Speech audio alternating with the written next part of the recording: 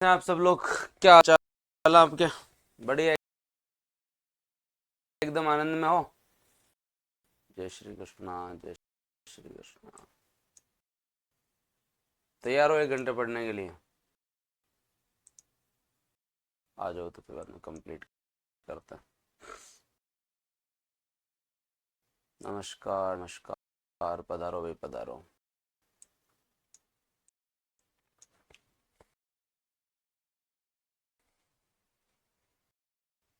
हम्म, आनंद मंगल। Okay, तो आज हम लोग जो है वो एक अच्छा टॉपिक पढ़ेंगे।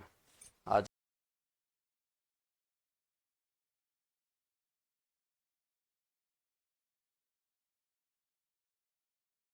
हम लोग क्या पढ़ेंगे? एक अच्छा टॉपिक पढ़ेंगे। ट्राई ट्राई करेंगे कल 12 बजे तक ये टॉपिक कंप्लीट हो जाए। बस अब तक तुम लोगों ने कोई बहुत ज़्यादा नहीं पढ़ा है, एकदम धीरे धीरे इकोनॉमिक्स चल रही है। अब तो कोई ज़्यादा लोड नहीं आ रहा होगा इकोनॉमिक्स का। लगा देंगे, राजस्थान इकोनॉमिक रिवीजन भी लगा देंगे, पहले से कंप्लीट तो करें।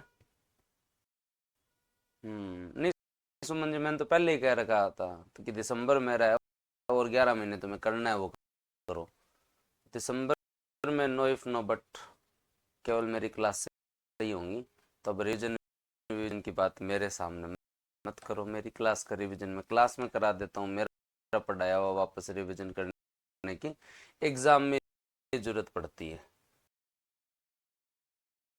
ना। तो ये तो मैंने पहले ही कहा था कि दिसंबर का टाइम मेरा है, दिसंबर वाले टाइम में जो है वो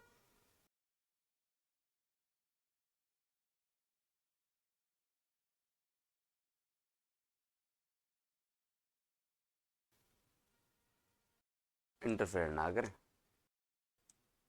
कहा था ना मैंने पहले। तो चलो फिर स्टार्ट करते हैं। सुरेश सर आपको आईसीटी पढ़ाएंगे आज से। ज्योग्राफी केडी सर पढ़ाएंगे आपको आ टॉपिक। हम्म,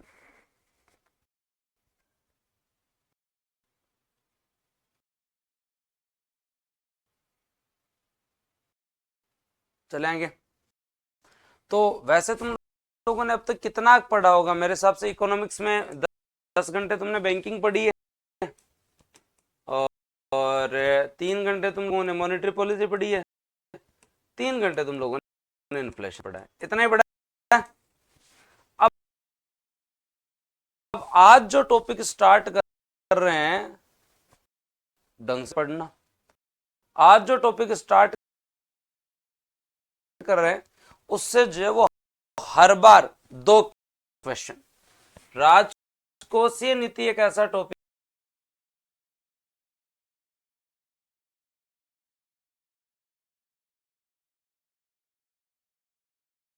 है जिससे दोस्तों आपसे हर बार 2 प्रश्न आते ही हैं। पहले मैं टारगेट इन्हीं को कर रहा हूं जहां से क्वेश्चंस की संभावना ज्यादा आती है। आपने ये टॉपिक 3 पढ़ लिए, इन 3 टॉपिक से 2 प्रश्न जो है वो पक्के आएंगे, गारंटी है। अब राजकोषीय नीति से 2 प्रश्न पक्के आएंगे, क्योंकि इसमें टॉपिक कितने पढ़ेंगे? इसके अंदर हम लोग पढ़ेंगे भाई साहब अपने यहाँ पर बजट क्या होता है, लोक वित्त क्या होता है, राजकोषीय नीति क्या होती है। उसके साथ साथ दोस्तों आपके यहाँ पर जो है वो कर संरचना क्या होती है, जीएसटी क्या होता है। उसके साथ साथ दोस्तों आपकी जो जीएसटी परिषद क्या है उसके बारे में बात करेंगे, वित्त आयोग के बारे में बात करेंगे, और दोस्तों उसके अलावा जो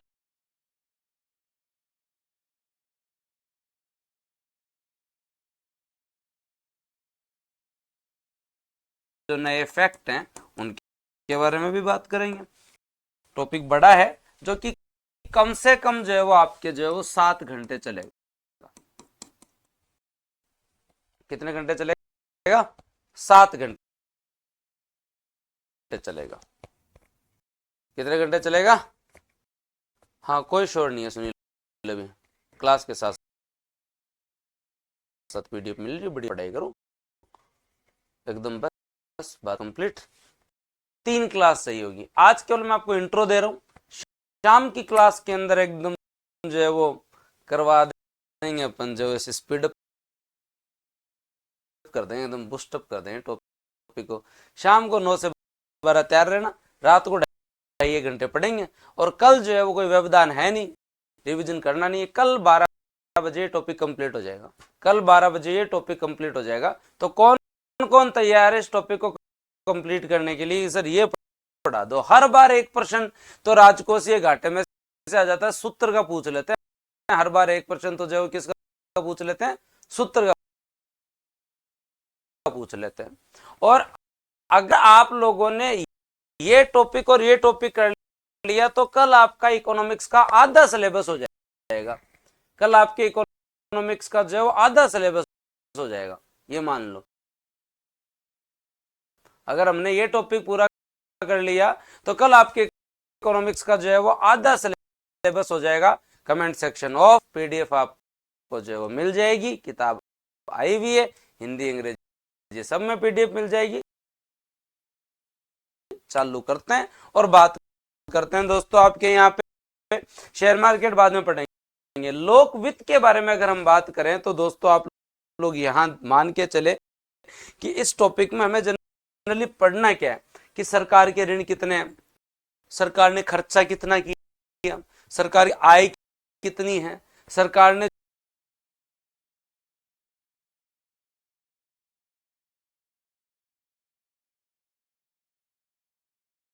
जो है वो दोस्तों जो है वो बजट पे क्या किया, राजकोषीय नीति में क्या किया। पब्लिक फाइनेंस जो टॉपिक हैं, ये टॉपिक दोस्तों चारों पांचों टॉपिक एक साथ रिलेट हैं, याद रखें। आपके यहाँ पे लोक वित्त जो है वो दोस्तों आप लोगों को याद रखना है कि लोक वित्त जो है पब्लिक फाइनेंस का जो टॉपिक है उसके अंदर हम लोगों को क्या क्या पढ़ना पड़ता है कि भी पब्लिक फाइनेंस में सरकार की आय कहां से होती है, सरकार का जो है वो दोस्तों व्यय कहां होता है, सरकार ने जो है वो ऋण कहां से लिए हैं, सरकार का वित्तीय प्रबंध कैसा है, फाइनेंशियल मैनेजमेंट कैसा है सरकार का, और उसके साथ साथ दोस्तों सरकार की राजकोषीय नीति क्या है, सरकार की राजकोषीय नीति क्या है। तो पब्लिक फाइनेंस जो टॉपिक है ये अपने आप में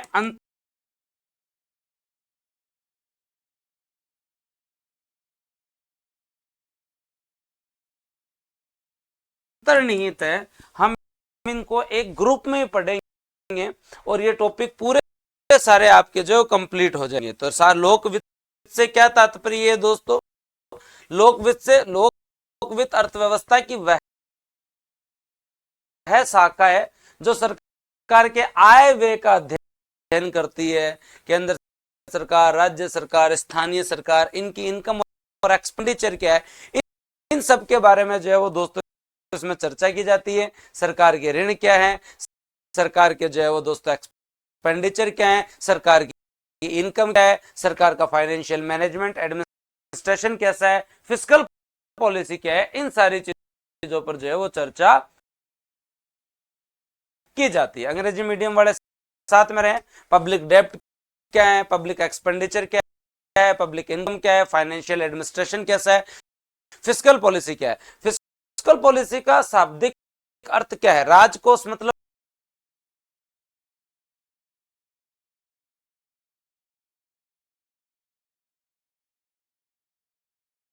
कोष भी, कोष किसी का भी हो सकता है ना, फंड आपका भी होता है, आपका भी बैंक अकाउंट है। तो आपके जो है कोष की जो नीति है वो आपकी कोषीय नीति है भाई, और सरकार के राजकोष से संबंधित नीति है वो सरकार की राजकोषीय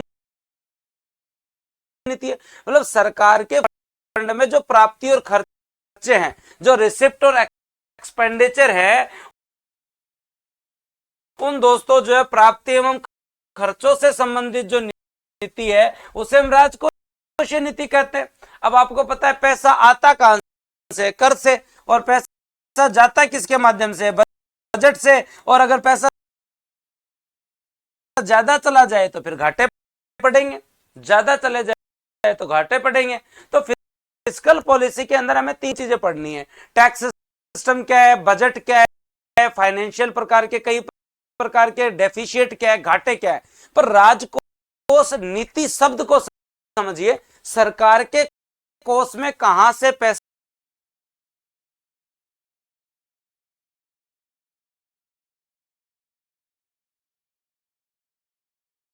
आ रहा है, रिसिप्ट क्या है, सरकार के एक्सपेंडिचर क्या है, मतलब सरकार की इनकम क्या है, सरकार के एक्सपेंडिचर क्या है, सरकार के ऋण क्या है, सरकार का टैक्सेशन क्या है, सरकार का घाटा क्या है, सरकार के जो है घाटे की वित्त व्यवस्था क्या है, इन सारी चीजों से संबंधित नीति जो है वो क्या है, राजकोषीय नीति है। सर हम क्यों बनाते हैं राजकोषीय नीति? ताकि हम लोगों की जो सरकार के द्वारा चाहे बजट से संबंधित काम हो, चाहे टैक्स से संबंधित काम हो, घाटे से संबंधित काम हो, सारा किसमें आता है, सरकार के राजकोष से संबंधित नीति क्या कहलाती है, राजकोषीय नीति कहलाती है। अब राजकोषीय नीति का भाई उद्देश्य क्या होता है, जो है राजकोषीय नीति का पहला उद्देश्य तो यही है, अगर सरकार के टैक्सेशन सही होंगे, सरकार जो है अपने इनकम को सही तरीके इन्वेस्ट करेगी, गवर्नमेंट अपने एक्सपेंडिचर सही करेगी, तो दोस्तों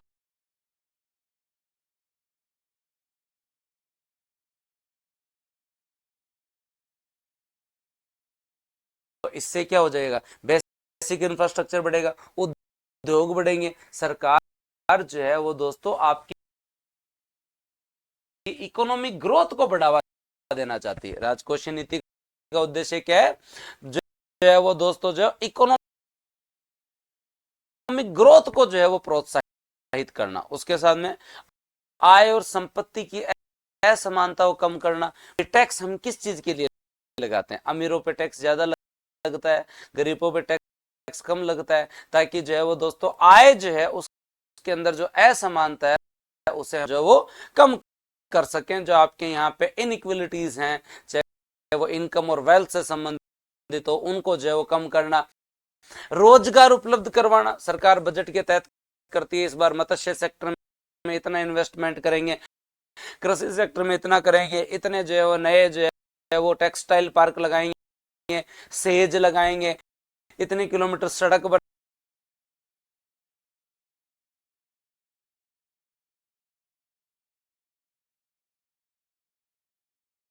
बनाएंगे, इतना किलोमीटर रेल बनाएंगे। क्यों बनाएंगे? इन सबसे होता क्या है दोस्तों, गवर्नमेंट अगर पैसा खर्च करेगी तो गवर्नमेंट जो रोजगार देगी, तो जो है वो दोस्तों प्रोवाइडिंग एम्प्लॉयमेंट अपॉर्चुनिटीज के लिए भी जो है वो राजकोषीय नीति बनाई जाती है। उसके साथ साथ राजकोषीय नीति और जो है वो मौद्रिक नीति में संबंध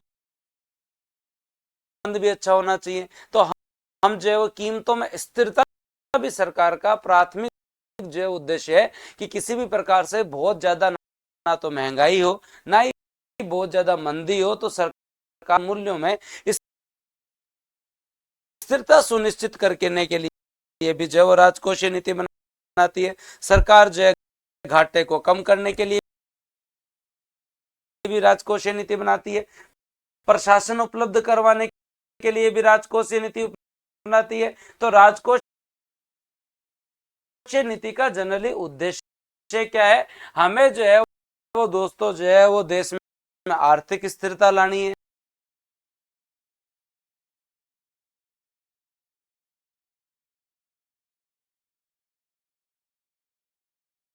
लोगों के जीवन स्तर को अच्छा करना है, मौद्रिक नीति से बैलेंस बिठाना है, राष्ट्र का समावेशी विकास इंश्योर करना है, आय तथा व्यय के अंदर संतुलन रहना चाहिए, जो संसाधन है उनका कुशलतम उपयोग होना चाहिए, और देश में दोस्तों सामाजिक और आर्थिक न्याय की स्थापना हो सके। क्योंकि राजनीतिक न्याय तो वैसे ही जो है वो आपके यहाँ पे फंडामेंटल राइट से पॉलिटी से मिल ही रहा है, हमें तो आर्थिक न्याय से संबंधित बात करनी है। तो हम ये सारी फिस्कल पॉलिसी क्यों बनाते हैं, ये आप लोग लोगों के जो है वो दिमाग में आना चाहिए कि सर फिस्कल पॉलिसी में 3 चीजें पढ़नी है। क्या क्या पढ़नी है राजकोषीय नीति में? सरकार की प्राप्ति एवं खर्चों से संबंधित नीति राजकोषीय नीति है। और राजकोषीय नीति में हमें यह पढ़ना है कि पैसा कहां से आता है, मतलब टैक्स से पैसा आता है, वो हम पढ़ेंगे। पैसा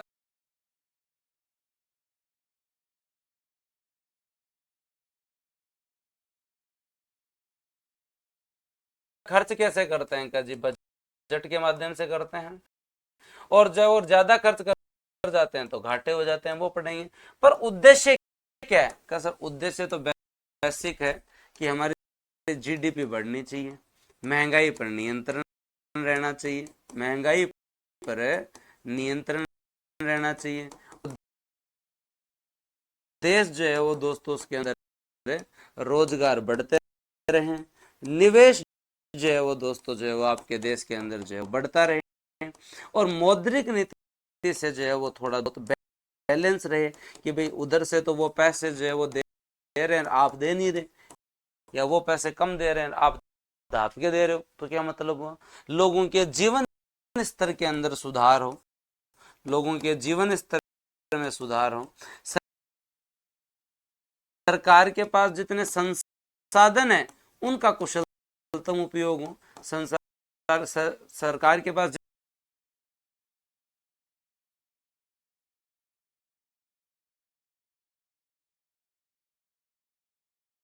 जितने भी संसाधन है, संसाधन का जो है वो दोस्तों क्या हो? कुशलतम उपयोग हो, जो है वो एफिशिएंट उसका यूज किया जाए। और सरकार इन सब के माध्यम से जो है वो सड़क, रेल, बंदरगाह, मतलब सरकार आधारभूत ढांचे का जो हमारे यहाँ निर्माण हो। अब हम राजकोषीय नीति के पहले पार्ट बजट को पढ़ रहे हैं, और बजट के साथ में विभिन्न प्रकार के घाटों को पढ़ेंगे। तैयार रहना। तो हम जो टॉपिक पढ़ रहे हैं उसके अंदर 7-8 टॉपिक तुम्हारे सिलेबस के पूरे होंगे, जिसमें लोक वित्त भी होगा, बजट भी होगा, राजकोषीय नीति भी होगी, भी होगा, जीएसटी भी होगा, केंद्र राज्य वित्त संबंध भी होंगे, आपके वित्त आयोग भी होगा, बजट की प्रवृत्तियां भी होंगी, सब होंगे। ये 7 टॉपिक हम जो है वो कल तक जो है वो इनको कवर करेंगे। अब जो है वो आधे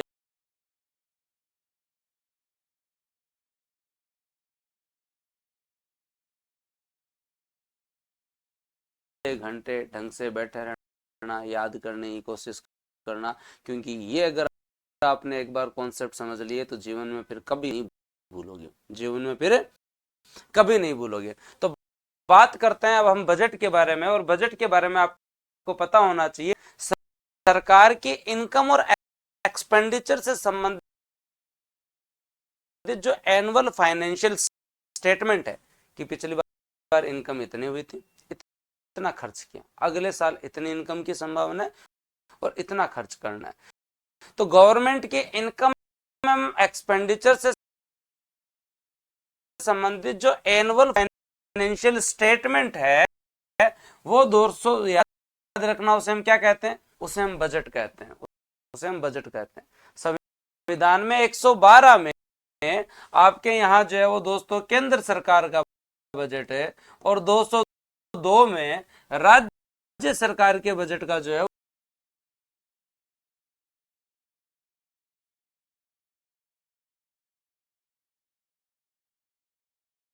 वो प्रावधान है। पता ही आप लोगों को बजट का प्रावधान है।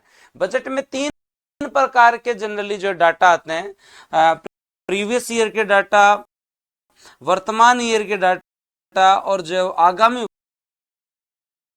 वर्ष के डाटा। पिछले वर्ष के जो डाटा आते हैं वो थोड़े संशोधित होकर आते हैं। वर्तमान वर्ष पूरा नहीं होता है, बजट फरवरी में आ जाता है, वर्ष जो है वो दोस्तों जो है वो आपके 31 मार्च को कंप्लीट होगा, तो वर्तमान वर्ष के एक्सपेक्टेड डाटा आते हैं, अनुमानित डाटा आते हैं, और आगामी वर्ष के जो है वो दोस्तों आपके जो है वो आपका जो है संभावित डाटा आते हैं कि नेक्स्ट ईयर हमारा रेवेन्यू कितना होगा। नेक्स्ट ईयर हमारा खर्चा कितना होगा, नेक्स्ट ईयर हमारा जो है वो रेवेन्यू कितना होगा, वो दोस्तों बजट में आता है। तो कोई पूछ ले तो 112 के तहत जो है वो दोस्तों आपके यहाँ केंद्र सरकार का बजट है। 202 के तहत जो है वो दोस्तों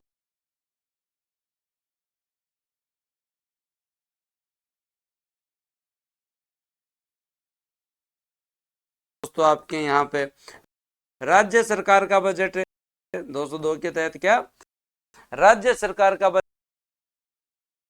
बजट है। और ये जो आपका जो बजट है, ये आप लोगों को जो है वो बजट क्यों बनाते हैं जी, क्या जरूरत पड़ी हमें बजट का, सिंपल सी चीज है। अगर हम बजट नहीं बनाएंगे तो फिर वही स्टार्टिंग में तो 2-3 तारीख को घर से पैसे आते हैं, तब तो मजे ही मजे। जैसे जो है वो 20-22 तारीख आती है तो भाई साहब एकदम जो हालात बहुत ज्यादा खराब, बीपीएल से बहुत ज्यादा खराब। स्टूडेंट्स के साथ यही होता है। अगर तुम अपना बजट नहीं बनाओगे, तुम अगर प्लानिंग नहीं करोगे कि जो जितने पैसे हैं उनको किस तरीके से यूज करना है, तो फिर कोई मतलब ही नहीं है, फाइनेंशियल प्लानिंग ही पूरी बिगड़ जाएगी। तो हम किस तरीके से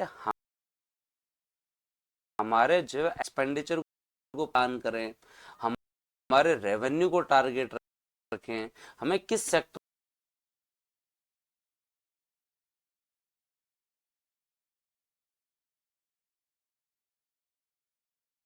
में कितना पैसा देना है, क्या काम करवाना है, हर विभाग को कितना पैसा देना है, इसलिए हमें बजट बनाना होता है। आर्थिक नियोजन देश के विकास के लिए जरूरी है और बजट प्लानिंग का एक मुख्य हिस्सा है। हर साल हम हमारा बजट बनाएंगे तभी तो कुछ अचीव कर पाएंगे ना, तभी इतनी उम्मीदें होती हैं। तो अब बजट के अंदर जो है वो चलते हैं। तैयार हो गया? क्योंकि इन आधे घंटे में ये जितने कॉन्सेप्ट हैं, उसके बाद में कोई कॉन्सेप्ट नहीं है, उसके बाद में केवल रट्टाफिकेशन है इस पूरे टॉपिक में। शाम को इन कॉन्सेप्ट को वापस रिवीजन करवा दूंगा। बस केवल पढ़ने लायक जो है वो 4-5 चीजें हैं, 2 खाते, 2 प्राप्ति, 2 व्यय और 4 घाटे। पढ़ने लायक पूरे टॉपिक के अंदर अगर कुछ है तो पढ़ने लायक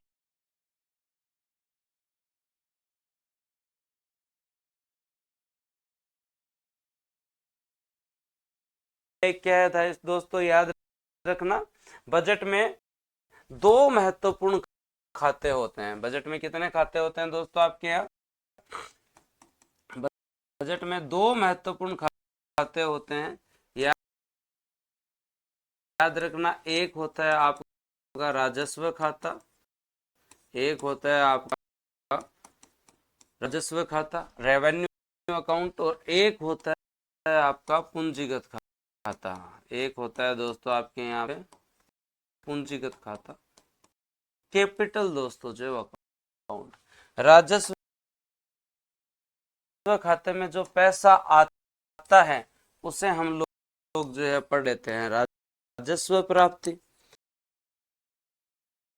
और जो है वो दोस्तों जो है वो राजस्व खाते से जो पैसा खर्च होता है उसे हम बोल देते हैं राजस्व व्यय, उसे हम बोल देते हैं राजस्व व्यय, रेवेन्यू एक्सपेंडिचर।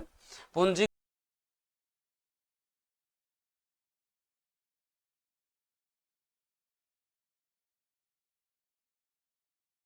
खाते में जो पैसा प्राप्त होता है उसे हम बोल देते हैं पूंजीगत प्राप्ति। पूंजीगत जो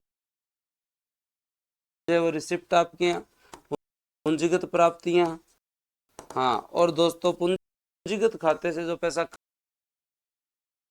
खर्च होता है उसे हम बोल देते हैं दोस्तों पूंजीगत व्यय, कैपिटल एक्सपेंडिचर, पूंजीगत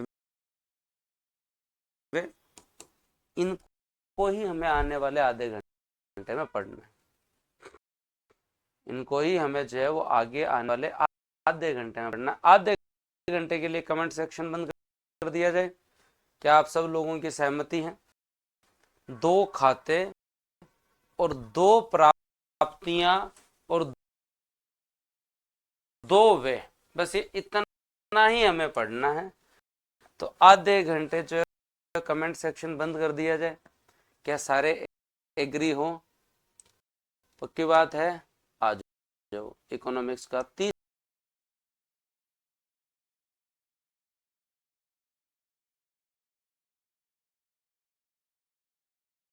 तीसरा महत्वपूर्ण कॉन्सेप्ट पढ़ने के लिए आप 5वें दिन तैयार हैं। आपने मौद्रिक नीति और मुद्रास्फीति के दो बेहतरीन कॉन्सेप्ट है विजय प्राप्त कर ली है। आशा करते हैं कि आज 12 बजे तक आप जो है वो ये चीजें भी पढ़ लेंगे। सबसे पहले हम बात करते हैं राजस्व खाते के बारे में। सबसे पहले हम बात क्या करें? राजस्व खाते में राजस्व प्राप्ति और दोस्तों जो है वो आपके यहाँ राजस्व व्यय के बारे में हम लोग जो है वो छोटी सी बात करते हैं। अगर हम राजस्व खाते के बारे में बात करें तो राजस्व खाते के अंदर सरकार को जो रेवेन्यू प्राप्त होता है, या तो सरकार को टैक्स के रूप में प्राप्त होगा, या तो सरकार को किसके रूप में प्राप्त होगा? टैक्स के रूप में प्राप्त होगा, या फिर सरकार को जो है वो दोस्तों जो है वो नॉन टैक्स के रूप में सरकार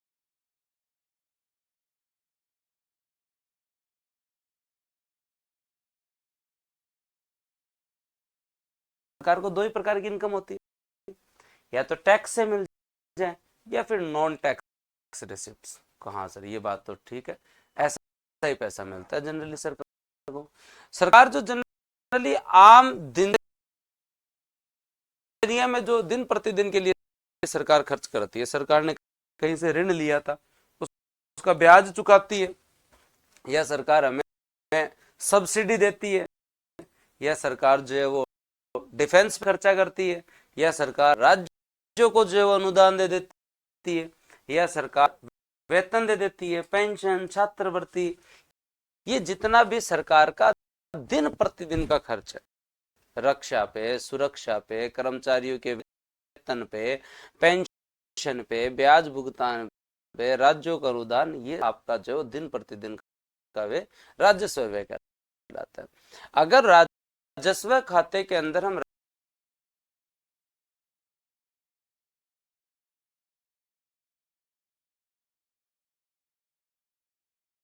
राजस्व प्राप्ति और व्यय को सिंपल भाषा में अगर हम लोग समझे, सिंपल भाषा में, अभी मैं इकोनॉमिक्स की भाषा में नहीं समझा रहा हूं तुम्हें, राजस्व खाते को अगर हमें सिंपल भाषा में समझें तो रेवेन्यू अकाउंट जो है उसमें जो राजस्व प्राप्तियां हैं, राजस्व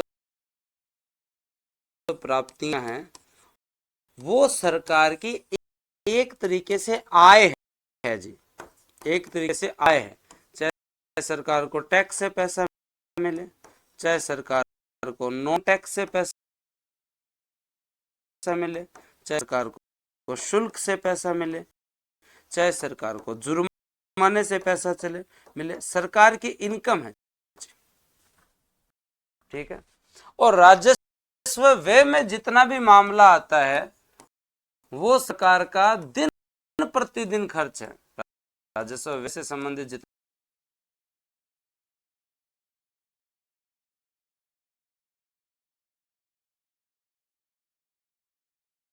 पैसा आता है वो सरकार का दिन प्रतिदिन प्रशासन पे खर्च, वेतन पे खर्च, पेंशन पे खर्च, हाँ, रक्षा सुरक्षा पे खर्च, डिफेंस और सिक्योरिटी पे जो है वो खर्च, सरकार ने जो है वो राज्य सरकार को 50,000 करोड़ दे दिए, वापस थोड़ी देगी राज्य सरकार। अनुदान पे खर्च, सरकार ने कोई ऋण लिया था उसके ब्याज भुगतान पे खर्च। एक जनरल कॉन्सेप्ट आप बनाए कि ये रेवेन्यू अकाउंट में जितना भी है ना, सरकार के पास आया तो किसी को देना नहीं, खर्चा किया तो सरकार को किसी से पूछना नहीं, मतलब सरकार की ये प्रॉपर तरीके से ये इनकम है, और ये सरकार के प्रॉपर तरीके से दिन प्रतिदिन का खर्चा, दिन प्रतिदिन सरकार का रक्षा सुरक्षा सब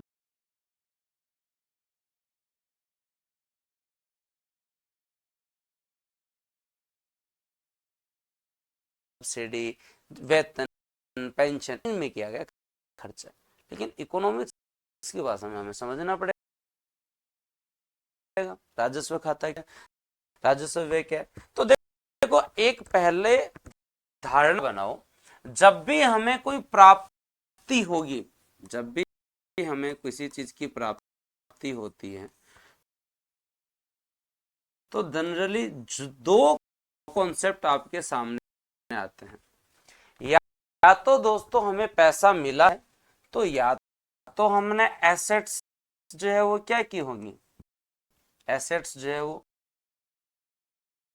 कम हुई होंगी, मतलब हमने या तो अपनी परिसंपत्ति बेची होगी। पैसे आने के जो है वो दो जो है वो कॉन्सेप्ट जो है इकोनॉमिक्स में है। आपके पास रेवेन्यू जनरेट हुआ, आपको कोई रिसिप्ट आई है, तो जनरली दो ही चीज दिमाग में आती है, या तो आपने अपनी परिसंपत्ति बेची होगी, या तो आपने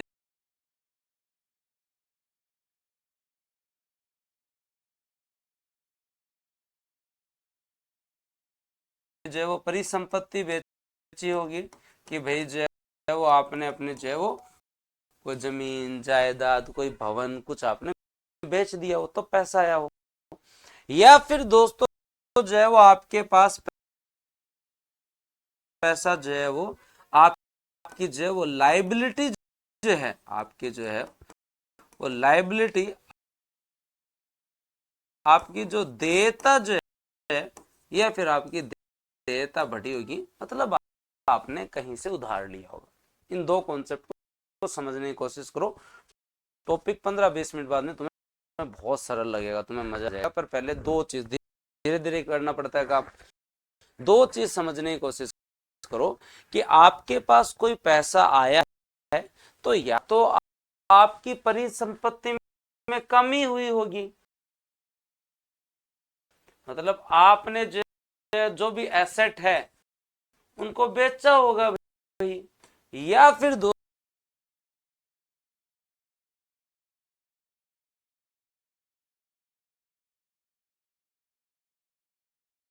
जो है वो आपकी लायबिलिटी में जो है वो वृद्धि हुई होगी। दो ही आधार पर पैसे आने के कॉन्सेप्ट जनरली आते हैं। जनरल धारणा हमारी ये है कि जो है वो आपने कहीं से उधार लिया होगा, और उधार लिया है मतलब जो है वो दोस्तों आपके लायबिलिटी में वृद्धि हुई। लायबिलिटी मतलब देयता जो मैं चुकाने आने वाले टाइम में, या आपने उधार लिया होगा। कहाँ सर, अब बात तो समझ में आवा, अब बात तो समझ में आवा। और अगर हमने पैसा खर्च किया है, अगर हमने पैसा खर्च किया है, तो भी ऐसे लगता है कि पैसा खर्च किया है मतलब कुछ खरीदा होगा भाई, तो परिसंपत्ति तो बढ़ी होगी, परिसंपत्ति तो जो है वो बढ़ी होगी, मतलब हमने कहीं निवेश विवेश किया होगा, 2-4 जमीन, 2-4 जो है वो और कोई चीज खरीदी होगी, या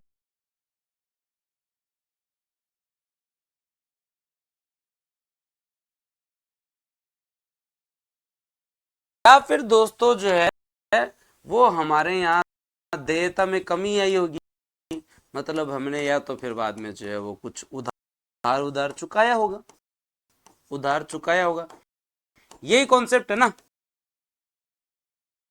ये तो मानते हो तुम लोग, ये तो मानते हो, बताओ। हाँ भाई, आपने पैसा खर्च किया है, तो जनरल धारणा यही है ना, या तो आपने इन्वेस्ट किया होगा, तब तो आपकी एसेट बढ़ी है, या फिर आपने कोई उधार ले रखा होगा, वो चुका दिया होगा। 10 लाख में से 2 लाख चुका दिए, तो आपकी लाइबिलिटी 8 लाख की बची, लाइबिलिटी में कमी आई। और पैसा जब प्राप्त हुआ, तो जनरल धारणा ये है ना कि भाई जो है वो इसने या तो कोई जमीन जायदाद कोई चीज बेची होगी, ठीक है। तो दोस्तों जो है परिसंपत्ति में कमी होगी, आपके एसेट्स कम होगी भी, आपने बेच दिया, या फिर आपने उधार लिया होगा, तो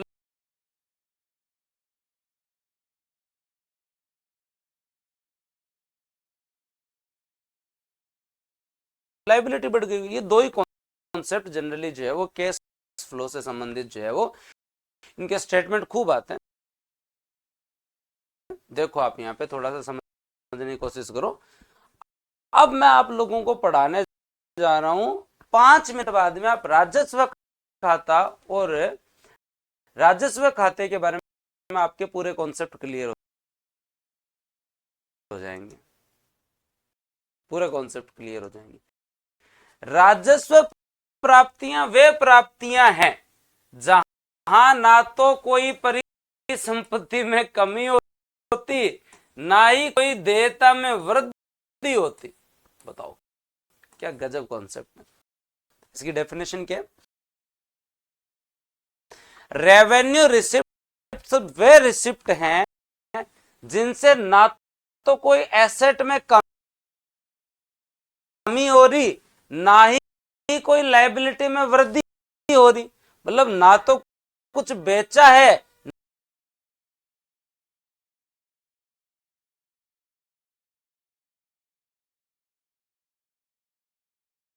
ना ही कहीं से उधार लिया है। तो सर समझ में तो आ रहा है, पर एग्जांपल दो। मतलब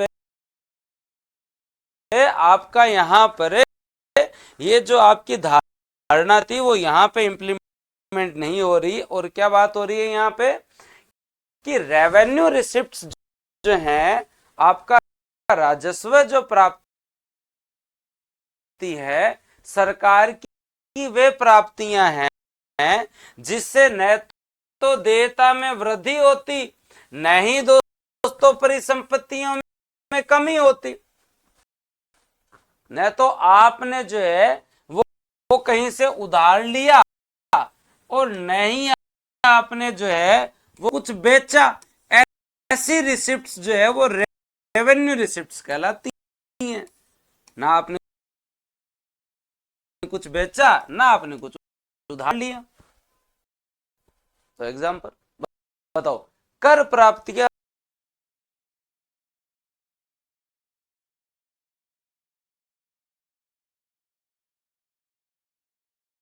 सरकार को टैक्स मिला है, क्या सरकार ने कुछ बेचा है क्या? क्या सरकार को वापस चुकाना है क्या? कि तुमने जो है वो आज सरकार ने आपसे लाख रुपए टैक्स ले लिया तो 10 साल बाद तुम वापस जाओगे, साहब वापस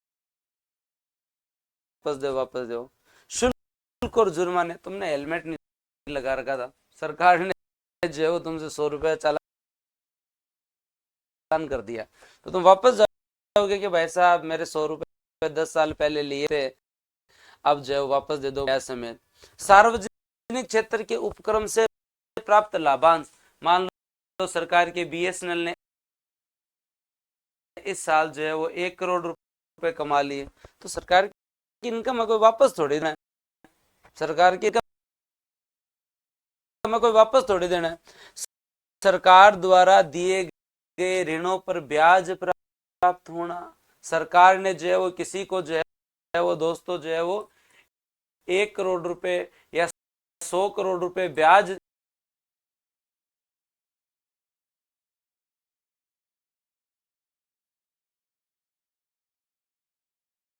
पे पैसा दिया था सरकार ने किसी को, तो इस पैसे का आपको ब्याज आया, तो ब्याज आया तो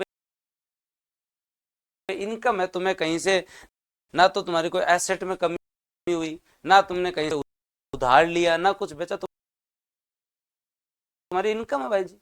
आपने पैसा दिया था उसके ऊपर सरकार को ब्याज आ रहा है। सरकार को अनुदान, वर्ल्ड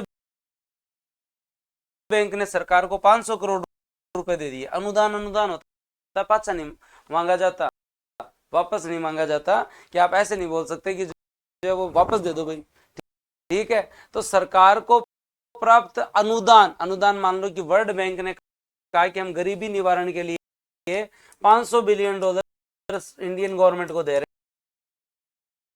हैं, तो वो जो है वो हमारे साथ भागीदार, 500 बिलियन डॉलर हमें कोई वापस थोड़ी देना। और कोई आदमी बिना उत्तराधिकारी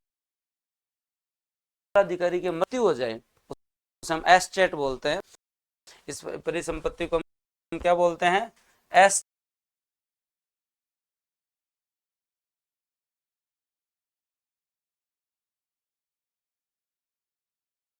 चैट बोलते हैं, लेकिन एस चैट जो है वो दोस्तों जो आपको पता होना चाहिए कि कोई के 100 बीघा जमीन आ रही है,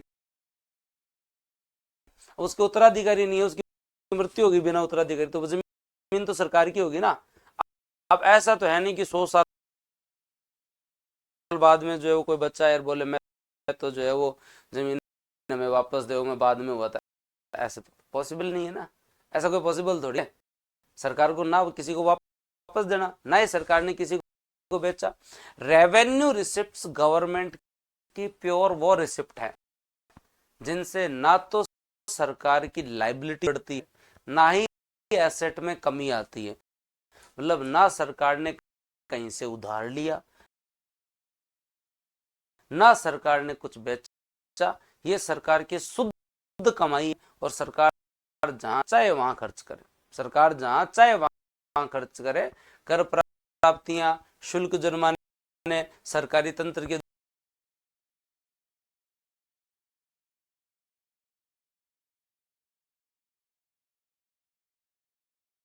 द्वारा की गई कमाई, सरकार के दिए गए ऋणों पर प्राप्त ब्याज, सरकार को मिला अनुदान, या बिना उत्तराधिकारी के किसी की मृत्यु हो जाए उसकी संपत्ति सरकार की वापस थोड़ी देनी है, नहीं देनी ना। तो ये आपकी जो राजस्व प्राप्ति है। अब दोस्तों राजस्व प्राप्तियों को हम किन भागों में बांटते हैं? 2 भागों में। ये तो आपकी जो वो क्या होगी, कर प्राप्तियां, और ये सारी जो है इन्हें हम क्या बोल सकते हैं, गैर कर प्राप्तियां। इन सबको हम क्या बोल सकते हैं, गैर कर प्राप्तियां। एक तो टैक्स रिसिप्ट, एक नॉन टैक्स रिसिप्ट। तो ये आपकी टैक्स रिसिप्ट और ये आपकी नॉन टैक्स रिसिप्ट। अब बात करते हैं राजस्व व्यय। राजस्व व्यय क्या होता है? तो सर अपन ने जो समझा था, व्यय का मतलब होता है या तो कहीं पे निवेश किया हो, या फिर जो है वो दोस्त तो किसी का उधार चुकाया हो। सरकार का वह व्यय, सरकार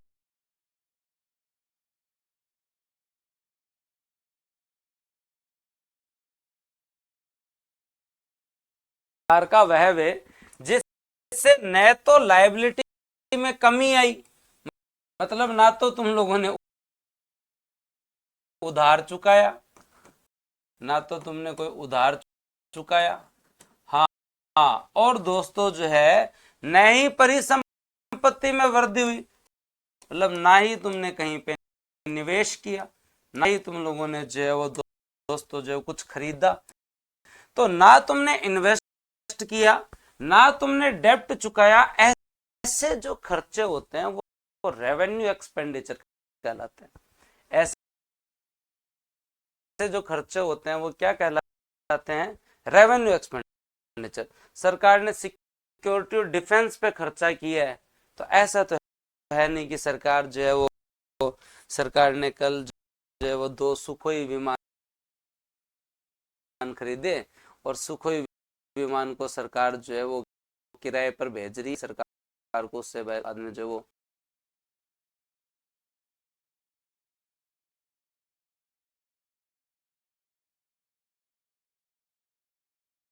पैसा मिल रहा है। ऐसा तो है नहीं, डिफेंस एंड सिक्योरिटी है भाई।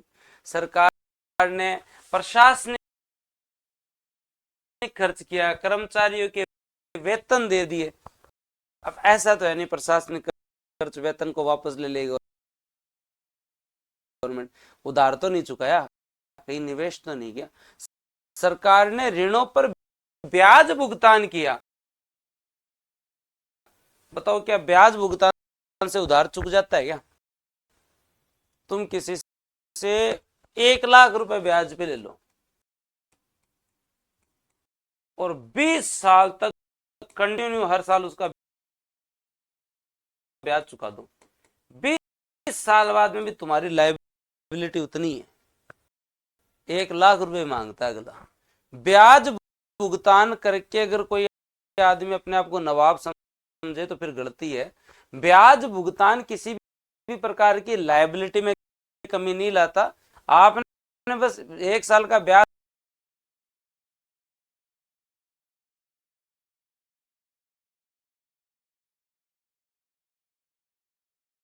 दे दिया, मूलधन तो उतना का उतना पड़ा है ना, मूलधन तो उतने का उतना पड़ा है ना भाई, ये तो मानते हो। मूलधन तो जो है वो दोस्तों जो है वो उतने का उतना पड़ा है। तो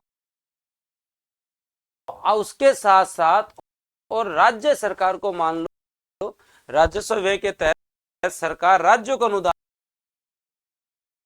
देते हैं कि लो भाई राजस्थान सरकार को 100 करोड़ दे दिए, हिमाचल प्रदेश सरकार को 150 करोड़ दे दिए। अब वापस थोड़ी देंगी ये सरकारें, आपने कर दिया खर्चा, कर दिया आपने, ना कहीं पे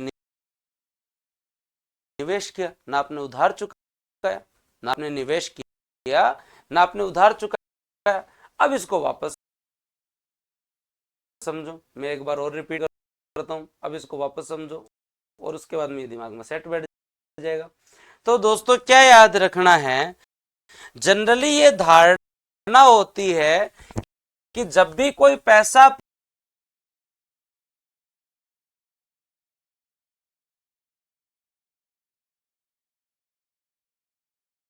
प्राप्त होता है तो ये कॉन्सेप्ट आता है कि या तो अपन ने अपनी एसेट्स बेची होंगी,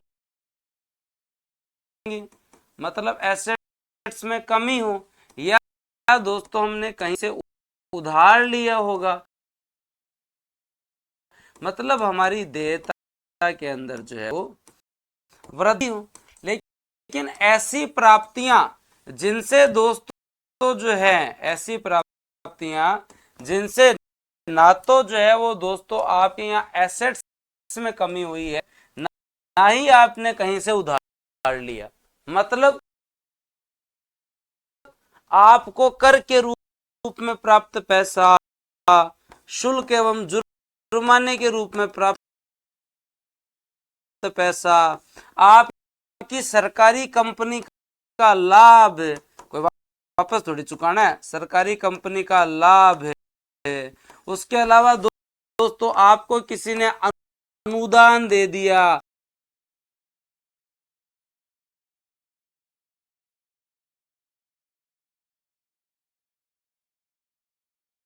वर्ल्ड बैंक ने, या आपने किसी को ऋण पे पैसा दिया था तो आपको ब्याज की प्राप्ति हो गई, तो आपने कुछ बेचा थोड़ी, ये ब्याज मिल गया आपको अपनी चीज के ऊपर, ब्याज की प्राप्ति हो गई। सरकारी कंपनी अनुदान, या कोई बिना उत्तराधिकारी के किसी की मृत्यु हो जाए, ये सारी रिसिप्ट्स क्या कहलाती है, रेवेन्यू रिसिप्ट्स, टैक्स और नॉन टैक्स।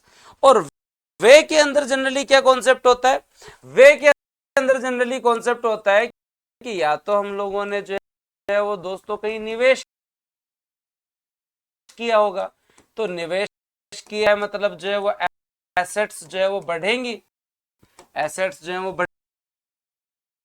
बढ़ेंगी, या फिर दोस्तों जो हम लोगों ने उधार चुका दिया होगा, उधार चुका दिया मतलब जो है वो लायबिलिटी जो है वो कम होंगी, लायबिलिटी जो है वो दोस्तों आपकी जो है वो कम होंगी। लेकिन ऐसे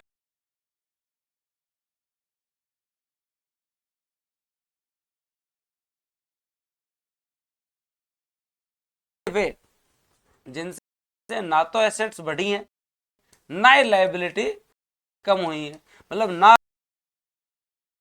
आपने निवेश किया ना उधार चुका है, मतलब आपने क्या किया, आपने रक्षा एवं सुरक्षा पे खर्च कर दिया, आपने जो है वो दोस्तों जो है वो वेतन और पेंशन पे खर्च कर दिया, वेतन और पेंशन पे खर्च कर दिया, आपने जो है वो दोस्तों प्रशासन पे खर्च कर दिया, आपने भी जो है वो राज्य सरकारों को अनुदान दे दिया, अनुदान तो अनुदान है, वापस कौन देगा, और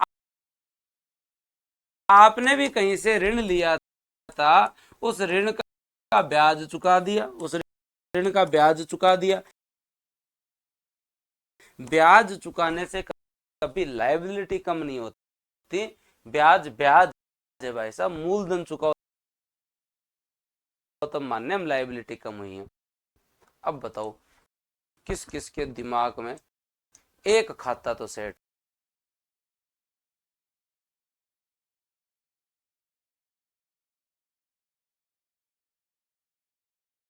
हो गया। किस किस के दिमाग में एक खाता तो सेट हो गया कि हाँ सर ये खाता तो एकदम परफेक्ट सेट हो गया कि हाँ राजस्व खाता क्या होता है। बहुत सरल है। अभी तो मैं 10 बार रिवीजन कराऊंगा कल 12 बजे तक, 10 बार रिवीजन कराऊंगा 12 बजे तक, लेकिन पढ़ना मेरे हिसाब से पड़ेगा भाई। ये कॉन्सेप्ट तो समझ में आ गया ना। रेवेन्यू रिसिप्ट वे रिसिप्ट हैं जिनसे जिसके लिए ना तो हमने कुछ बेचा ना कुछ उधार लिया, मतलब सरकार की विशुद्ध कमाई, सरकार की विशुद्ध कमाई। रेवेन्यू एक्सपेंडिचर वो एक्सपेंडिचर है। अब देखो इससे प्रश्न कैसे आते हैं। हाँ इसके डायग्राम में कुछ दिक्कत है, वो मैं आपको जो है वो चेंज करवा दूंगा। डायग्राम में जो दिक्कत है वो मैं आप लोगों को चेंज करवा दूंगा, लेकिन पहले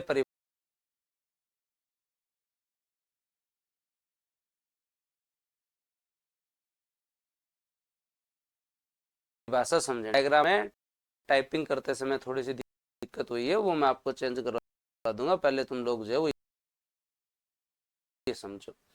हाँ लिखा हुआ आगे सही है। डायग्राम में क्या राजस्व व्यय की जगह पूंजीगत प्राप्तियां शो हो गई होंगी, इधर का इधर आ गया होगा। वो क्या उसके अंदर चलता है ना पेज मेकर के अंदर, तो एक बॉक्स इधर का इधर हो गया, तो वो थोड़ा सा ध्यान देना। डायग्राम के अंदर क्या है, ये पूंजीगत प्राप्तियां हैं। हाँ ये दोस्तों आपके यहाँ पर जो है वो किसके अंदर जा रखी हैं, ये पूंजीगत प्राप्तियां आपके जो है वो किसके अंदर जा रखी हैं दोस्तों, आपके यहाँ पर रेवेन्यू एक्सपेंडिचर की जगह जा रखी है। तो डायग्राम को थोड़ा सही कर लेंगे, अपने टेंशन लेने की जरूरत नहीं है। आप तो पढ़ो, पहले समझने की कोशिश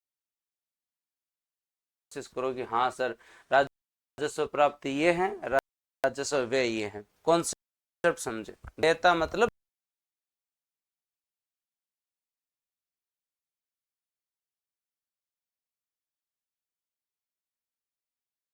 लायबिलिटी, चुकाना, जिम्मेदारी,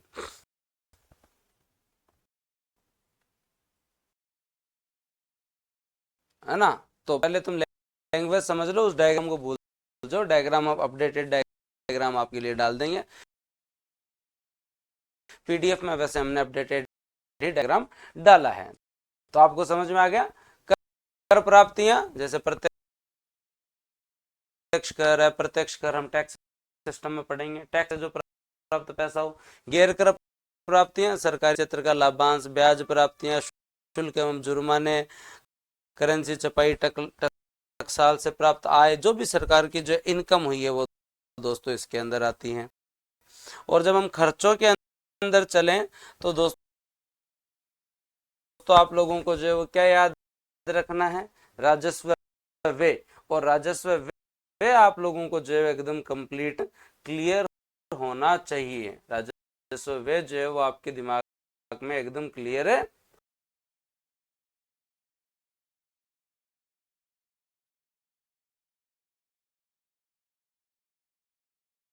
होना चाहिए। चलें फिर आगे। तो चलो फिर आगे चलते हैं, आगे ध्यान देते हैं। राजस्व वे आप लोगों को जो क्लियर होना चाहिए, वो मेरे हिसाब से जो है वो दोस्तों आप लोगों को पता हो गया। अब चलते हैं 5 मिनट में जो आपको दोनों चीजें और पढ़ाता हूं। अब बुक में सही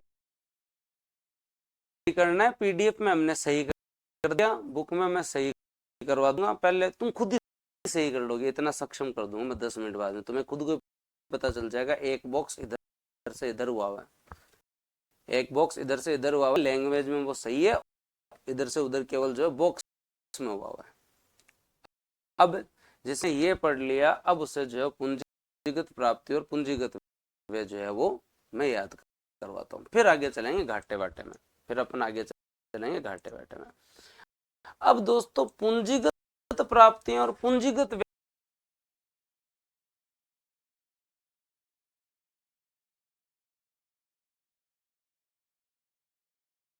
के बारे में बात करते हैं। पूंजीगत प्राप्तियां और पूंजीगत व्यय के बारे में, कैपिटल रिसिप्ट्स और कैपिटल एक्सपेंडिचर के बारे में थोड़ी सी चर्चा करते हैं। देखो, प्राप्तियां जो हैं वो दोस्तों आपके यहाँ जब भी आपको होती हैं, प्राप्तियां जब आपको होती हैं, पैसा जब आपको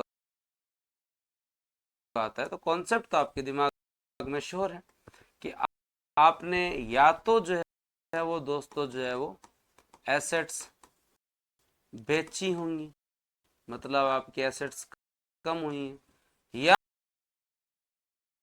फिर दोस्तों आपकी जो देयता बढ़ी है, मतलब आपने जो है वो उधार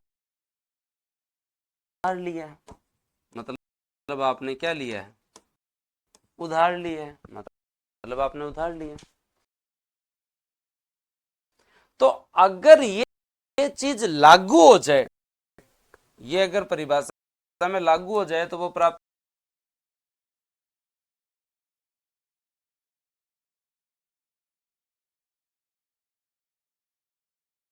के पूंजीगत प्राप्ति, मतलब मैं ये बोलूं कि वे प्राप्तियां जिनसे सरकार की एसेट्स में कमी आई है या सरकार की लायबिलिटी में वृद्धि हुई है, उन्हें हम पूंजीगत प्राप्ति कहते हैं। देखो, जो एग्जांपल दिखाता हूं तुम लोगों को, कौन सी प्राप्तियां, मतलब बोलो सरकार ने ऋण लिया है, तो बताओ चुकाना पड़ेगा क्या? सरकार ने ऋण लिया है, सरकार ने क्या लिया है, ऋण लिया है, तो बताओ चुकाना पड़ेगा क्या? हाँ, सरकार ने जो है दोस्तों, सरकार द्वारा लिया गया ऋण, तुम बताओ कमेंट सेक्शन में, सरकार द्वारा लिया गया जो ऋण है तो क्या चुकाना पड़ेगा ना? 100 करोड़ अगर के अंदर सरकार ने कहीं से ऋण ले लिया, चुकाना पड़ेगा क्या? तो कहाँ सर, देयता तो बढ़ी है, लायबिलिटी जो है वो यहाँ पर आपने कहा था बढ़ेगी और देयता तो बढ़ी।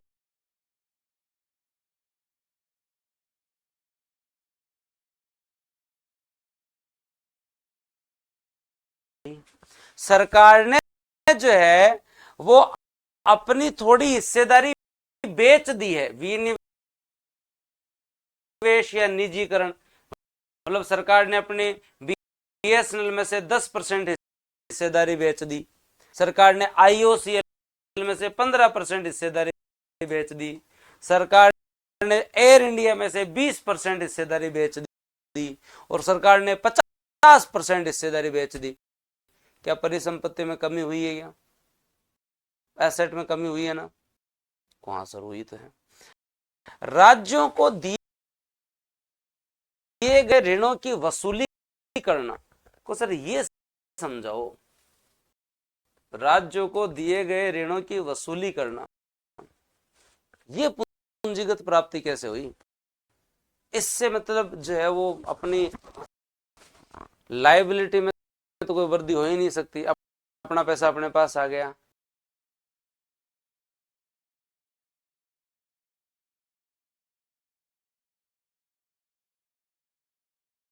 पर इससे एसेट कैसे बढ़ी, इस एग्जांपल को कैसे ले सकते हैं अपन? राज्यों को दिए गए ऋणों की वसूली, मतलब हमने जो है वो 100 करोड़ रुपए स्टेट को ऋण दे रखा था, हाँ, अब जो है वो दोस्तों ऋण हमने वो पैसा अपने पास आ गया, तो वो पैसा अपने पास आ गया तो दोस्तों इसे हमारी परिसंपत्तियां कैसे कम हुई? देता तो बढ़ी ही नहीं। तो अब देखो मैं आपको एग्जांपल देता हूं, तुम्हारे पास पड़े हैं 1 लाख रुपए, किसके पास पड़े? किसका एग्जांपल है? कौन है यहाँ पे अमीर आदमी? हाँ, कौन है भाई? किसका? वाह, पूजा जी, दिव्या, आपके पास पड़े हैं, तो फिर बाद में वो टेक्निकल टीम वालों प्राण क्यों कहते हो? कोड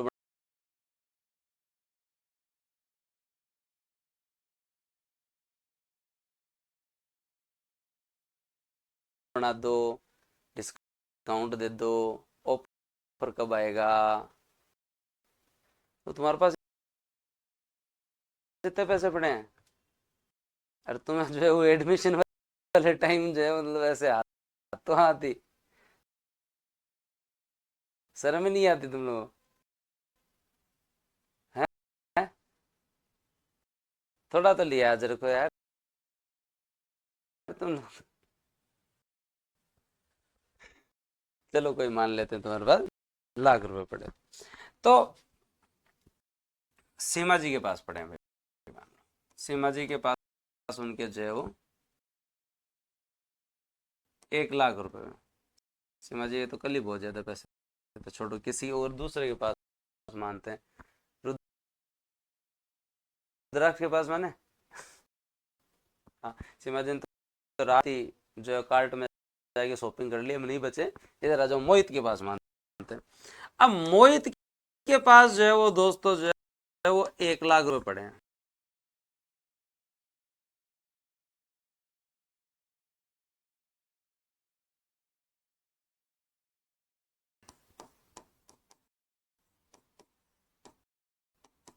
अब मोहित ने जो है वो सोहित को 1 लाख रुपए उधार दे दिए। सोहित को क्या दे दिए? 1 लाख रुपए क्या दे दिए? उधार दे दिए। क्या दे दिए? उधार दे दिए। और कहा कि भाई देखो भाई भाई का प्रेम है, वैसे ब्याज में ज्यादा नहीं लूंगा, लेकिन फिर भी जो है वो दोस्तों जो है वो कम से कम इतना ब्याज तो बनता है भाई, देख 1 रुपया सैकड़ा तो देना ही पड़ेगा, या 2 रुपए ले, 2 रुपए सैकड़े तो भी ब्याज देना ही पड़ेगा। मतलब सोहित अब प्रति माह जो है वो जो है वो दोस्तों आपके यहाँ पे कितना ब्याज है? 2,000 रुपए ब्याज देने लग गया। 2,000 रुपए ब्याज देने लग गया। और 1 लाख रुपए किसके पास आ गए? सोहित के पास।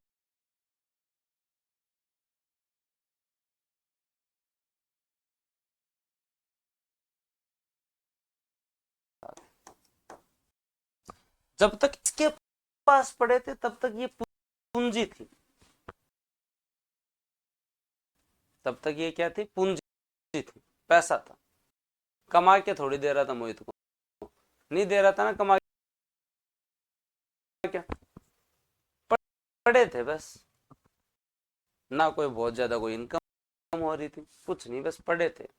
लेकिन जैसे ही सोहित को दिया उससे अगले दिन ये एसेट हो गई, परिसंपत्ति हो गई, ये कमा के देने लग गई। अब जो है ये 1 लाख रुपए जो है वो दोस्तों जो है वो आपके यहाँ पे कमा के देना स्टार्ट हो गया भाई। 1 लाख रुपए डेली जो है वो 2,000 रुपए महीने का जो है वो इन्वेस्टमेंट हो गया। अब सोहित ने जो है वो दोस्तों जो है 1 साल बाद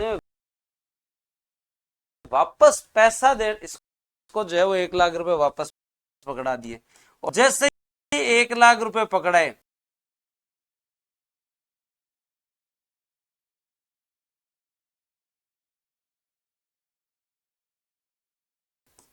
उस दिन से 2,000 रुपए ब्याज बंद, 2,000 रुपए ब्याज बंद है। 2,000 रुपए ब्याज जो है दोस्तों क्या हो गया? बंद हो गया। तो सरकार के पास जो पैसा पड़ा है वो पूंजी है, लेकिन जैसे ही सरकार ने उसे किसी को उधार दिया उस दिन से वो एज ए एसेट गवर्नमेंट को इनकम देना स्टार्ट कर देती है। लेकिन जैसे ही वापस ले लिए तो वो पूंजी है, जैसे ही वापस ले लिए तो वो क्या है? पूंजी है, कैपिटल है, पड़ा है, कैपिटल है, पड़ा है, कोई इनकम तो जनरेट नहीं कर रहा ना, कोई इनकम तो जनरेट नहीं कर रहा। अब आप जो है वो दोस्तों भाई ये हमेशा याद रखना आप लोग, पूंजीगत प्राप्तियों में 3 चीज आपको प्रॉपर याद रखनी पड़ेगी। ऋण,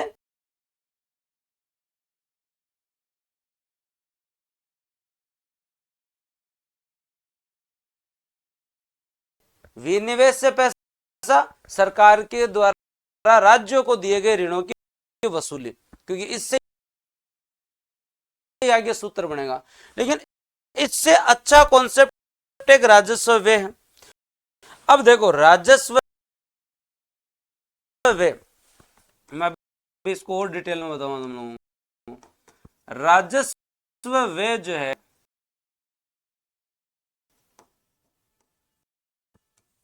वो जो है वो दोस्तों जो है जनरली व्यय के प्रति आपकी क्या धारणा होती है कि या तो जो है वो सर पैसा खर्च किया है, मतलब कहीं निवेश किया होगा, या फिर सर जो है वो उधार चुकाया होगा, उधार चुकाया होगा। यही बात है, मतलब या तो सर जो है वो एसेट्स बढ़ी होंगी या फिर जो है वो लाइबिलिटी कम हुई होंगी।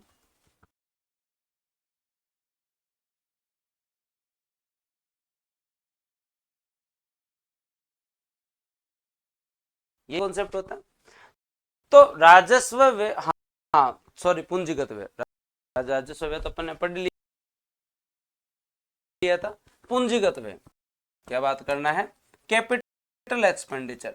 पूंजीगत व्यय जो है वो दोस्तों आपके या वह व्यय होते हैं जिससे या तो दोस्तों आप लोग याद रखें आपकी एसेट बढ़ी है या फिर आपकी लायबिलिटी कम हुई है, या फिर आपकी लायबिलिटी कम हुई है। और दोस्तों इसका एग्जांपल आपके सामने है कि कैपिटल एक्सपेंडिचर जो है वो दोस्तों जो है वो सरकार ने या तो कहीं पे निवेश किया है या फिर सरकार ने जो है वो दोस्तों जो है वो ऋणों का भुगतान किया।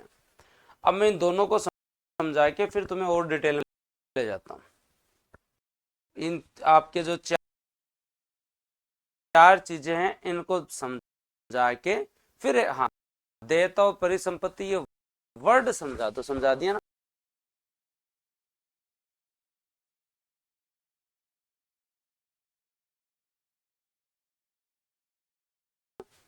एसेट परिसंपत्ति जो आपके पास जो है वो जमीन जायदाद जिससे रेवेन्यू जनरेट हो रहा हो। देयता लायबिलिटी मतलब अपना उत्तरदायित्व, मतलब हमें चुकाना है, हमारे सर पे कर्जा है, हमें जो किसी को देना है, हम बस केवल अपने पास लेके रख रखा है, इसको हमें कभी ना कभी किसी को देना है, तो वो लायबिलिटी है। अब दोस्तों जो है इसको एकदम शॉर्ट में बात करते हैं, फिर आपसे मैं कुछ प्रश्न पूछूंगा, उससे आपके और कॉन्सेप्ट क्लियर होंगे। मैं अगर आपसे ये पूछूं कि प्राप्ति जो है वो दोस्तों, प्राप्तियां जो है वो दो प्रकार की होती है। प्राप्ति का सिंपल सा कॉन्सेप्ट ये है कि आपके यहाँ अगर प्राप्ति से ना तो दोस्तों एसेट में कमी हो रही और ना ही दोस्तों जो है वो लायबिलिटी में वृद्धि हो रही, तो ऐसी प्राप्ति क्या कहलाएंगी?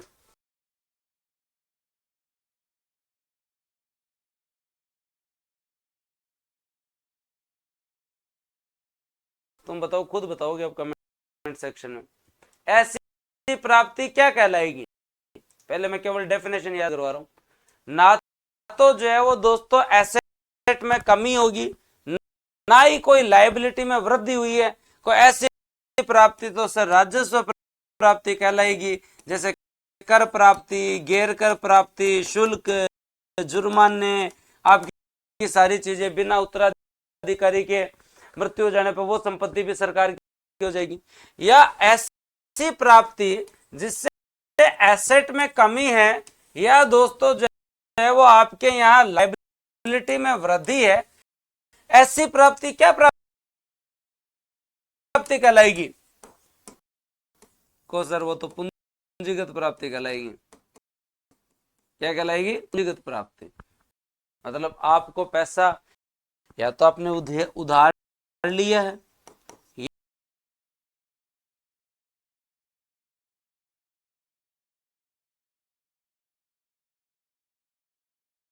या आपने विनिवेश कर दिया या आपने राज्य से अपने ऋण की वसूली कर ली, राज्य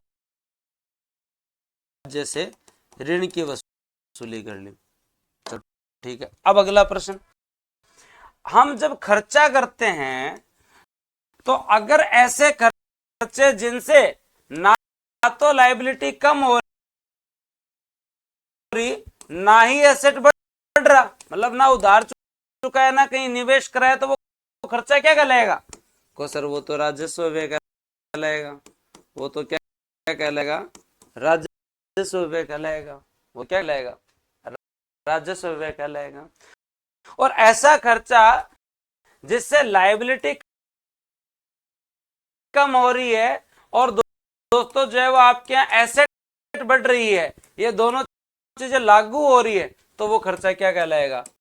पूंजीगत व्यय कहलाएगा। कि सर जो है वो या तो हमने उधार चुका दिया होगा,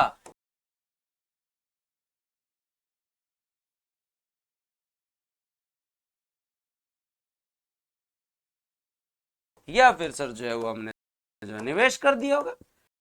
या तो उधार चुकाया होगा, या दोस्तों जो है वो निवेश कर दिया होगा, या हमने निवेश कर दिया होगा। इतनी बात किस किस के पल्ले पड़ी। अब मैं आपको जो ना थोड़ा सा डिटेल में ले जाता हूँ, 10-12 एग्जाम्पल देता हूँ जिससे तुम लोगों को थोड़ा और आनंद आएगा। छोटे मोटे 10-12 एग्जाम्पल देता हूँ। हाँ, पूंजीगत प्राप्ति कम समझ में आई भी है। पूंजीगत प्राप्ति तो समझ में, भाई सरकार की ऐसी प्राप्तियां जिससे या तो पर्सन कैसा पूछा जाता उसके ऊपर भी आएंगे अपन। 1 मिनट रुके। आपसे पहला प्रश्न ये पूछा जाएगा, निम्न में से कौन सी राजस्व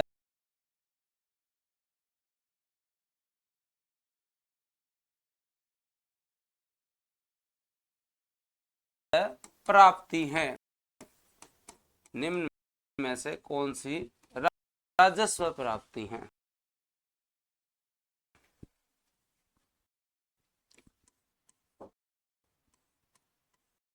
ऋण,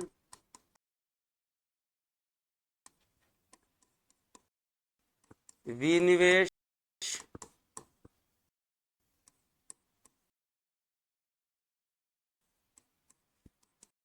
राज्यों से ऋण की वसूली,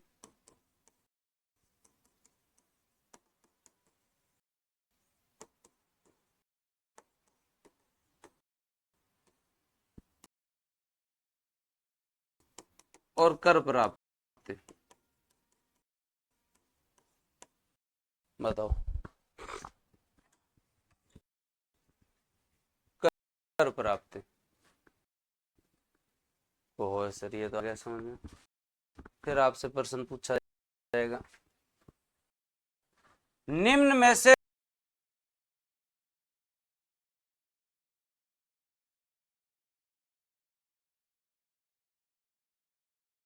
कौन सी राजस्व प्राप्ति नहीं है?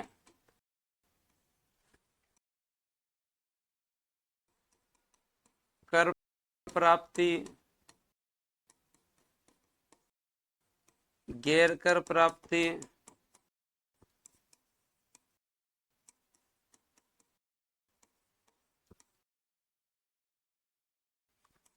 ब्याज का भुगतान,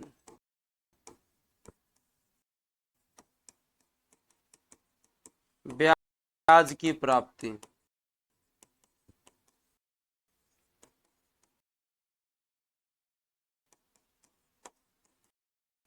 अब तुम बताओ क्या होगा ऑप्शन? ब्याज का भुगतान, ब्याज की प्राप्ति।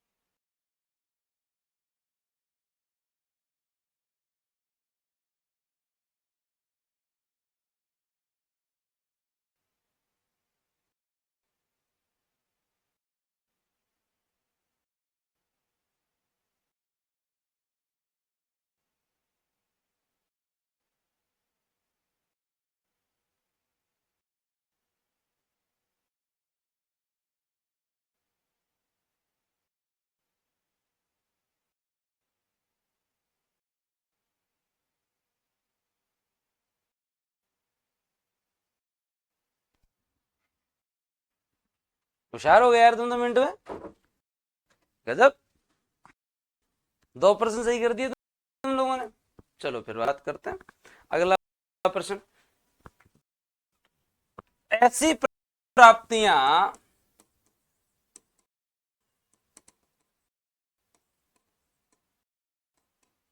जिससे न तो लायबिलिटी बढ़ी ना ही एसेट कम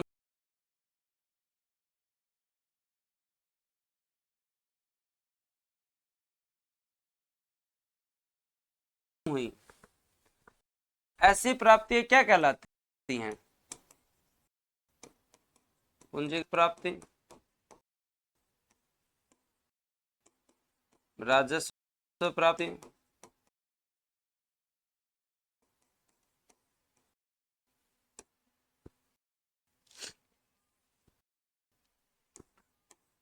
उधार से प्राप्ति,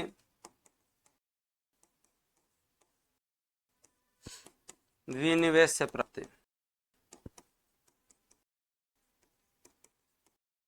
घुमाया है थोड़ा सा। वाह, होशियार हो गए तुम लोग तो। ऐसी प्राप्तियां जिनसे ऐसी प्राप्तियां जिनसे जो है वो ना तो लायबिलिटी बढ़ी है ना ही एसेट कम हुई, मतलब लागू नहीं हुआ सर, फिर तो वो राजस्व प्राप्ति है। अगला प्रश्न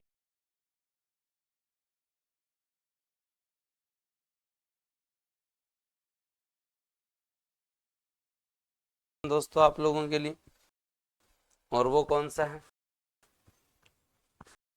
ऐसी प्राप्तियां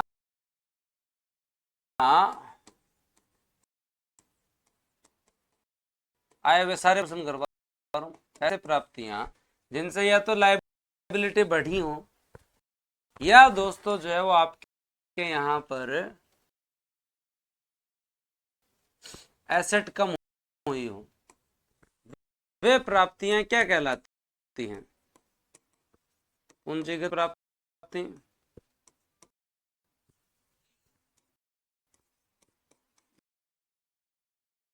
राजस्व प्राप्ति,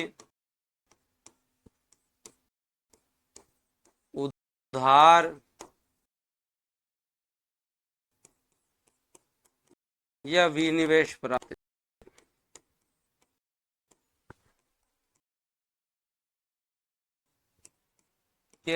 केवल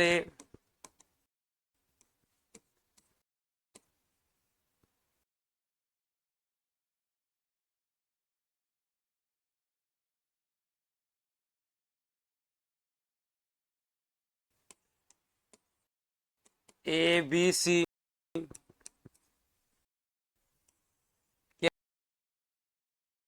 केवल बी,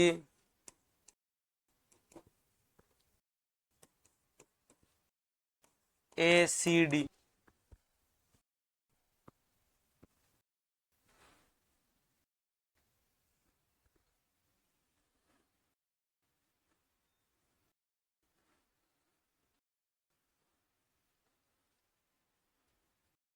ये तुम लोगों ने बनाया प्रश्न।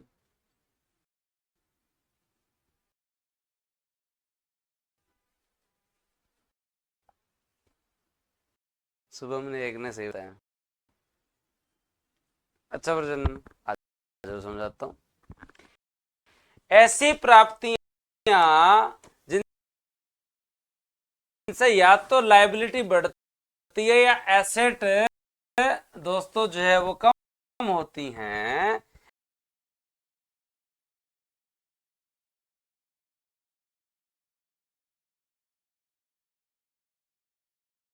ऐसी प्राप्तियों को हम पूंजीगत प्राप्ति कहते हैं।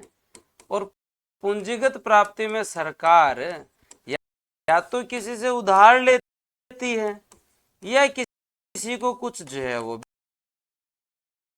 बेच देती है।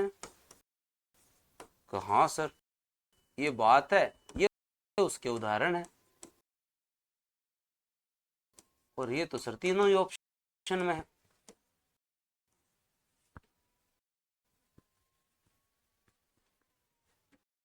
ये तो सर तीनों ही ऑप्शन में है। आपने जो बात की सब बात निकाल दी।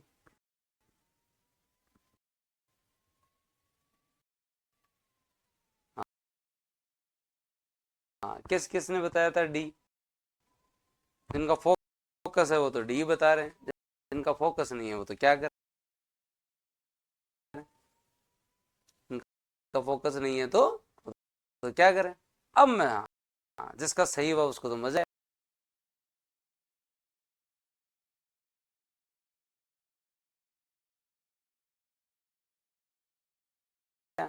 अब मैं एक बार लास्ट बार एक्सप्लेन कर रहा हूं। अब मैं आप लोगों से जो है वो एक बार लास्ट बार एक्सप्लेन कर रहा हूँ, वापस आ जाओ। पूरा टाइम आज 1 घंटा इसी में इन्वेस्ट किया है। वो इसलिए किया क्योंकि ये आगे आने वाली चीजों का आधार है। ये आगे आने वाली चीजों का क्या है, आधार है। तो वापस बात करते हैं, प्राप्तियों के बारे में बात करें तो ऐसी प्राप्तियां जिनसे दोस्तों आपके यहां पर ना तो लायबिलिटी बढ़ी ना ही एसेट कम हुई, ना ही एसेट कम हुई, ऐसी प्राप्तियों को क्या कहेंगे? बताओ जल्दी से अब लोग, ऐसी प्राप्तियों को क्या कहेंगे? ऐसी प्राप्तियों को क्या कहेंगे? कौन सर, अब याद आ रहा है, ऐसी प्राप्तियों को तो जो है वो राजस्व प्राप्ति करते हैं, जो कि इनकम है। हमने कोई उधार थोड़ी लिया, हमें किसी को चुकाना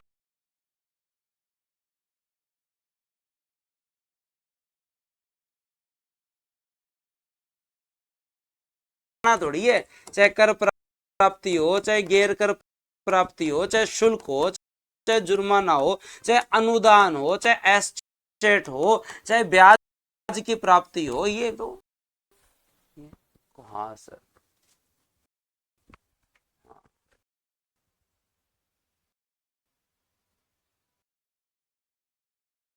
क्लियर। तो हाँ सर, ये बात तो सही है। और ऐसी प्राप्तियां जिनसे लायबिलिटी या तो दोस्तों बढ़ती है या फिर आपकी यहाँ एसेट कम होती हैं, ऐसी प्राप्तियां क्या कहलाती है? को सर ऐसी प्राप्तियां तो पूंजीगत प्राप्ति कहलाती है। या तो हमने किसी से उधार लिया, या फिर दोस्तों जब उधार लिया तो लायबिलिटी बढ़ी, या फिर हम लोगों ने जो विनिवेश कर दिया, कुछ बेच दिया तो एसेट कम हो गई। आगे बात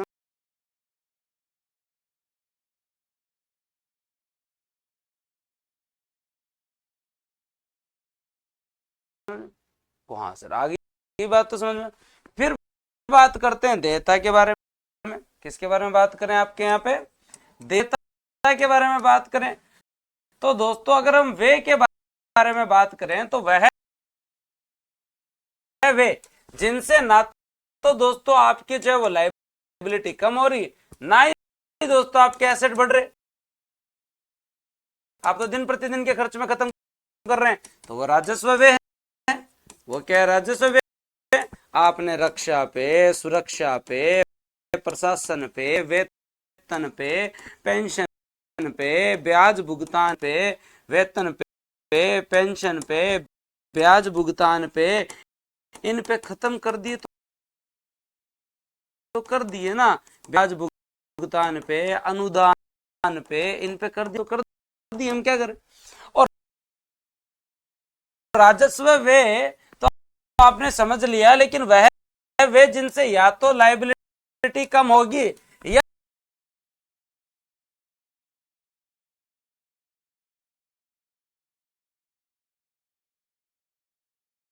फिर दोस्तों एसेट बढ़ जाएगी। तो भाई लायबिलिटी कम हुई मतलब उधार चुका दिया, एसेट बढ़ गई मतलब निवेश कर दिया।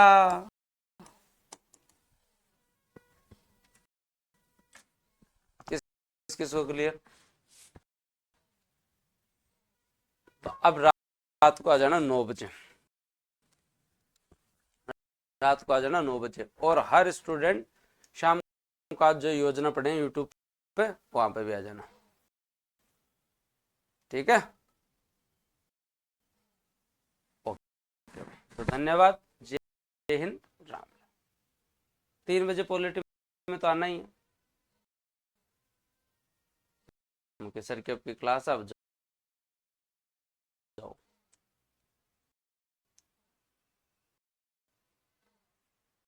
बहुत बहुत बधाई हो बीरबल जी, आप